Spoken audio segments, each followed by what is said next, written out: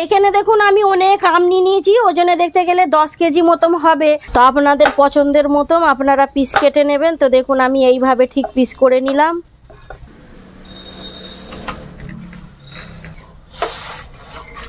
এই মশলাগুলো এর মধ্যে দিয়ে দেব। কাঁচা আমের সিজন চলে যাবে কিন্তু আপনার বাড়ির আচার শেষ হবে না। নমস্কার বন্ধুরা, মঞ্জু ভিলেজ ফুডে অনেক অনেক স্বাগত। তো বন্ধুরা, আপনাদের জন্য আমি আবার একটা রেসিপি নিয়ে চলে এসেছি। আজকের যে রেসিপি আপনাদেরকে তৈরি করে দেখাবো, আপনারা দেখলেই দেখবেন জিভে জল চলে আসবে। তো সেই রেসিপি দেখুন, আজকে আপনাদেরকে আমি এই আমের আচার তৈরি করে দেখাবো। এইখানে দেখুন আমি অনেক আম নিয়ে নিয়েছি, ওজনে দেখতে গেলে 10 কেজি মতন হবে। তো বন্ধুরা, আপনাদেরকে যেই পদ্ধতিতে আমি এই আচারটা তৈরি করে দেখাবো, এটার কোনো রোদের দরকার পড়বে না। আপনাদেরকে আজকে এই আচারটা আমি বিনা রোদেরই তৈরি করে দেখাবো।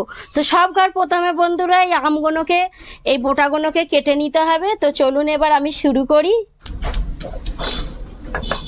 তো এই যে বন্ধুরা দেখুন, এই প্রথমের ডান্ডিটা কেটে দিলে কি হয়, এর মধ্যে থেকে দেখুন অনেক দেখুন এই আটাগুলো বেরোচ্ছে। তো এই আটাগুলোর জন্যই না আমটাকে আধ ঘন্টা মতন এই জলের মধ্যে কেটে রেখে দিতে হবে।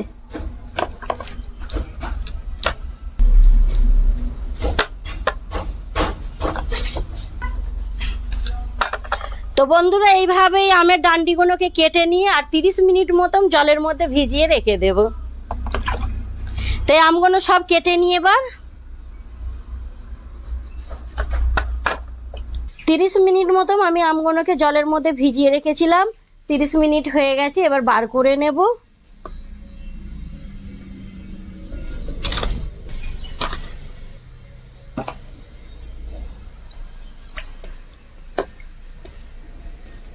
তো বন্ধুরা দেখুন আমগুলো আমি জল থেকে সব ছেঁকে নিয়েছি।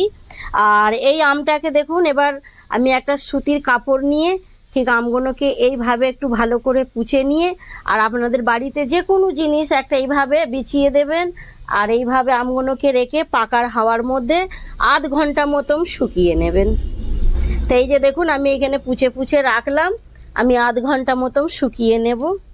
তো বন্ধুরা 30 মিনিট মতন হয়ে গেছে, আমি আমগুলোকে খুব ভালো করে শুকিয়ে নিয়েছি। এই যে দেখুন, তো আপনারাও এইভাবে পাকার হাওয়ার মধ্যে শুকিয়ে নেবেন। তো চলুন এবার আমি এগুলোকে কেটে পিস করে নিই।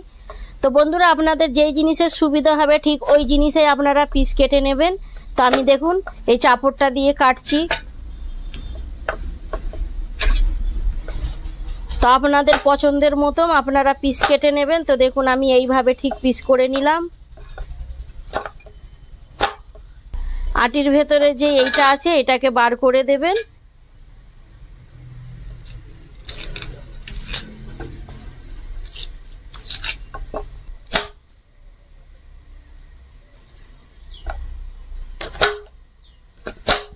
তো বন্ধুরা আমি এইভাবে আমগুলোকে পিস কেটে নিলাম। তো এইভাবেই সব আমগুলোকে পিস কেটে নেব।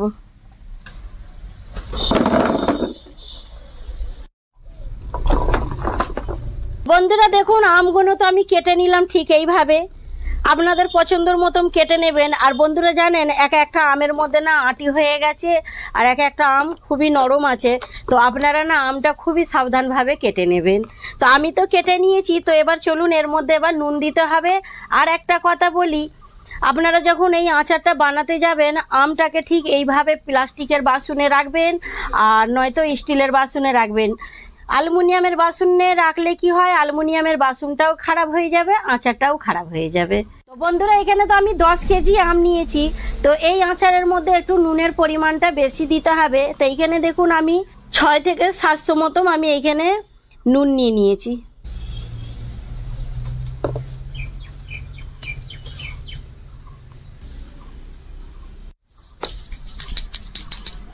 এবার এটাকে দেখুন একটা পরিষ্কার কাপড় দিয়ে ঢাকা দিয়ে দিতে হবে।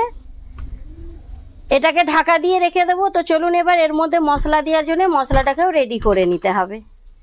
তো বন্ধুরা আচারের মধ্যে দেওয়ার জন্য সবকার প্রথমে এখানে মশলা ভেজে নিতে হবে। তো 10 কেজি আমের জন্য এইখানে দেখুন আমি মশলা নিয়ে নিয়েছি। তো এইখানে আমি গোটা ঝালের জন্য 100 গ্রাম শুকনো লঙ্কা নিয়ে নিয়েছি। 200 গ্রাম দেখুন এখানে আমি ধনে নিয়ে নিয়েছি।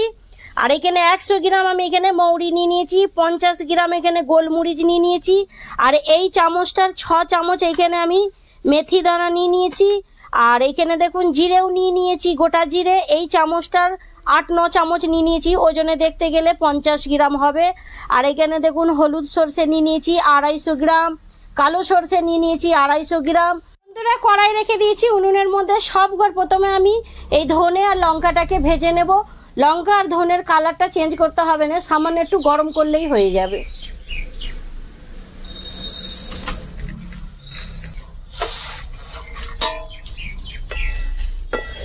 তো বন্ধুরা ধনে আর লঙ্কাকে আমি ভেজে নিলাম কিছুটা, 2 মিনিট মতন টাইম নিয়ে।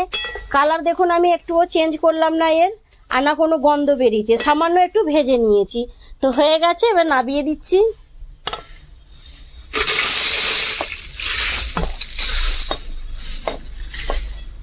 এবার জিরে মৌরিটাকেও ভেজে নেবো এগুলোকে। তো আমি হালকা আঁচের মধ্যে দেখুন 2 মিনিট মতন ভেজে নিলাম, কালারটা চেঞ্জ করিনি, ঠিক দেখুন এইভাবে আছে।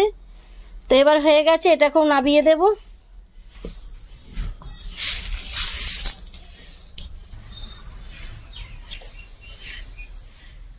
তো বন্ধুরা আমি যে মশলাগুলো ভাজলাম আলাদা আলাদাভাবে ভেজে নিলাম। আমার কড়াইটাও ছোট আর মশলার পরিমাণটাও বেশি আছে। তো আপনাদের যদি অল্প মশলা হয় তো একসাথেও ভেজে নিতে পারেন। হালকা আঁচের মধ্যে আমি 2 মিনিট মতো এইটাকেও ভেজে নিলাম। তো এবার হয়ে গেছে, নামিয়ে দেব। এখানে এই চামচটার আমি 3 চামচ মতন কালো জিরে নিয়ে নিয়েছি, এটাকেও একটু গরম কড়াইয়ের মধ্যে ভেজে নেব।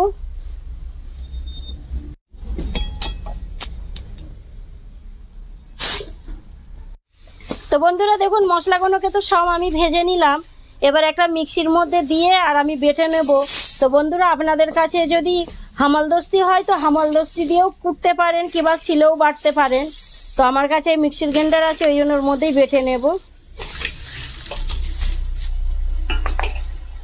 তো বন্ধুরা মশলাগুলোকে সব আমি বেটে নিয়েছি। আর একটা কথা আপনাদেরকে বলি, এই মশলাটা যখন বাটবেন খুব বেশি মিহি করবেন না, একটু মোটা ভাব রাখবেন। এই যে দেখুন আমি একটু মোটা মোটা ভাব রেখেছি। আর এখানে দেওয়ার জন্য কিছুটা আমি এখানে মশলা নিয়ে নিয়েছি আরও। তো এই যে এই কালো জিরেটা আমি প্রথমেই কড়াইয়ের মধ্যে ভেজে রেখেছি। আর এই চামচটার 2 চামচ এখানে আমি জোয়ান নিয়ে নিয়েছি। 60 গ্রাম মতন আমি এখানে হলুদ নিয়ে নিয়েছি। এই চামচটার 3 চামচ মতন আমি কাশ্মীরি লঙ্কা গুঁড়ো নিয়ে নিয়েছি। আর এখানে দেখুন অনেকটা আমি বিট নুন নিয়ে নিয়েছি। তো এই মশলাগুলো এর মধ্যে দিয়ে দেব।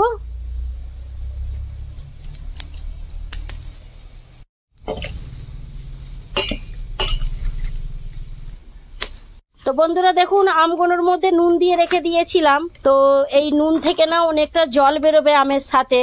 তো এই নুনের জলের সাথে এই মশলাগুলোকেও দিয়ে দেবো, একসাথে এগুলো গলতে থাকবে।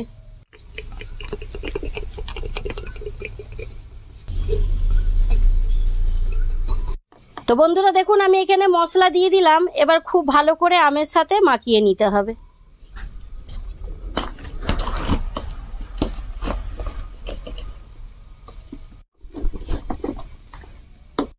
তো মশলা আমি আমের সাথে খুব ভালো করে মাখিয়ে নিয়েছি। এবার দেখুন এই কাপড়টা দিয়ে বেঁধে রেখে দেবো, 4 থেকে 5 দিন মতো একে বেঁধে রেখে দেবো। আর বন্ধুরা জানেন কিন্তু আপনারা এটাকে বেঁধে রাখার পর কিন্তু ডেলি 2 বার থেকে 3 বার এটাকে নেড়ে দিতে হবে। তো এই যে আমি ভালো করে বেঁধে দিলাম। এই আচারটা যদি একবার তৈরি করে বাড়িতে খাবেন তো জীবনে ভুলতে পারবেন না, মনে হয় যেন বারবার তৈরি করে খাই। খুব ভালো করে বেঁধে এবার রেখে দিলাম। আর ডেলি মধ্যেতে 2 বার থেকে 3 বার একে নেড়ে দিতে হবে। আর 5 দিন পর আবার আপনাদের সাথে দেখা করছি। তো বন্ধুরা 4-5 দিন মতো আচারটাকে আমি বেঁধে রেখে দিয়েছিলাম। তো আবার আপনাদের সাথে আমি দেখা করছি। তো চলুন এবার আমি খুলে আপনাদেরকে দেখাই।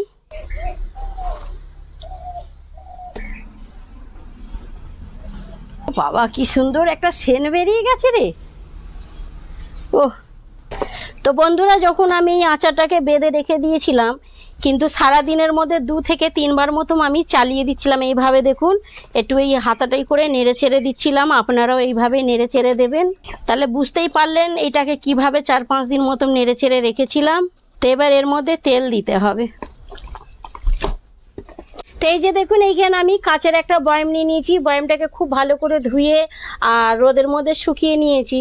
তো বন্ধুরা আপনারা যখন এই আচারটা রাখবেন কিন্তু কাঁচেরই বয়ামে রাখবেন, নয়তো প্লাস্টিকের বয়ামে রাখলে খারাপ হয়ে যাবে। তো চলুন এবার এই বয়ামের মধ্যে আমি আচারটা রাখবো।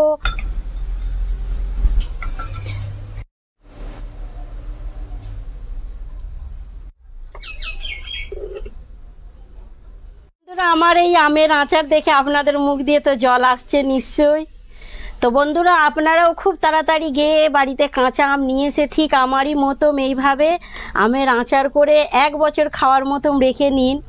কেন এইভাবে যদি আচার বানিয়ে নেবেন দেখবেন আমের কাঁচা আমের সিজন চলে যাবে কিন্তু আপনার বাড়ির আচার শেষ হবে না।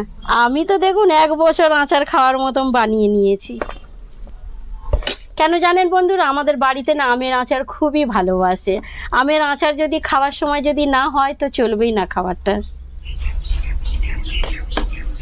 তো বন্ধুরা আমি তো আচার বয়ামের মধ্যে ভরে দিয়েছি। তো এইখানে আমি খাঁটি সর্ষের তেল 1 লিটার মতো নিয়ে নিয়েছি। তো বন্ধুরা আপনারা না একদম পিওর খাঁটি সর্ষের তেল এই আচারের মধ্যে দেবেন, খুবই ভালো দুর্দান্ত খেতে হয় আচারের স্বাদটা। তো বন্ধুরা আমি এখানে কাঁচা সর্ষের তেল দিচ্ছি, আপনারা চাইলে তেলটাকে গরম করেও দিতে পারেন।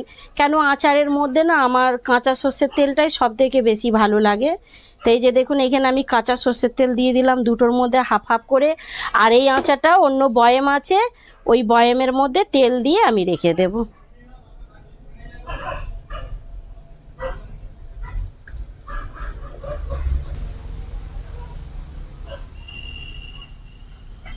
তো বন্ধুরা দেখুন আমি কিভাবে আচারগুলোকে বানিয়ে নিলাম। তো আপনাদেরও বাড়িতে ঠিক আমারই মতন এইভাবেই পদ্ধতিতে আচার তৈরি করে খুবই ভালো করে আপনারা খাবেন তৈরি করে।